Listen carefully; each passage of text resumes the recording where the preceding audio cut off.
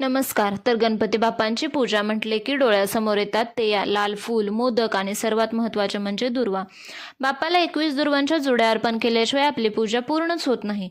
पण तुम्ही कधी विचार केलाय का की साध्या गवतासारख्या दिसणाऱ्या दुर्वा बाप्पाला इतक्या प्रिय का आहेत? त्यामागे एक खूप मोठी पौराणिक कथा आहे आणि शास्त्रीय कारण दडलं आहे. तर आजच्या व्हिडिओमध्ये हेच रहस्य आपण जाणून घेणार आहोत.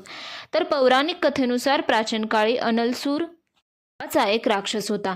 त्याच्या डोळ्यातून अग्नी बाहेर पडायचा आणि तो ऋषीमुनींना तसेच निष्पाप लोकांना गिळून टाकायचा. त्याचा धुमाकूळ थांबवण्यासाठी सर्व देव गणपतीकडे गेले.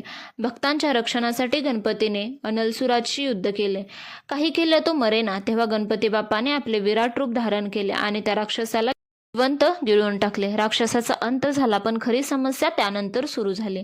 त्या राक्षसाच्या अग्नीमुळे गणपतीच्या पोटात प्रचंड आग, दाह होऊ लागली. बाप्पाला खूप त्रास होऊ लागला. बाप्पाच्या पोटातील आग शांत करण्यासाठी देवांनी अनेक उपाय केले.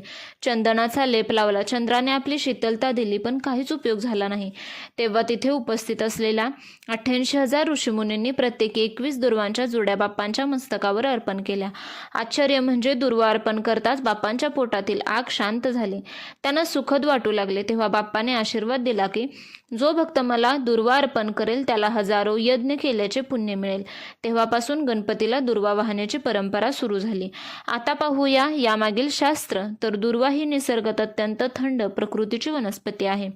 गणपती ही बुद्धीची देवता आहे. बुद्धीचा अतिवापर केल्याने शरीरात जी उष्णता निर्माण होते ती संतुलित करण्यासाठी दुर्वेचा वापर केला जातो. आयुर्वेदामध्ये दुर्वाला महाऔषधी म्हटले जाते. रक्ताचे विकार, पित्त आणि उष्णतेच्या त्रासावर दुर्वांचा रस अत्यंत गुणकारी असतो. तसेच दुर्वामध्ये वातावरणातील सात्विक लहरी खेचून घेण्याची क्षमता सर्वात जास्त असते, ज्यामुळे पूजेचे फळ लवकर मिळते. तर दुर्वा कशा अर्पण कराव्या? नेहमी 21 दुर्वांची जुडी अर्पण करावी. दुर्वा कोवळ्या 3 किंवा 5 पात्यांच्या असाव्या. दुर्वा नेहमी बाप्पांच्या मस्तकावर किंवा चरणांवर ओम गणाधिपतये नमः म्हणत अर्पण कराव्या. तर मित्रांनो, ही होती गणपती आणि दुर्वांची रंजक माहिती. तुम्हाला ही माहिती कशी वाटली नक्की सांगा. कमेंटमध्ये गणपती बाप्पा मोरया लिहायला विसरू नका. चॅनलला सबस्क्राईब करा. पुन्हा भेटूया पुढच्या अशाच नवीन व्हिडिओमध्ये. व्हिडिओ पाहिल्याबद्दल धन्यवाद.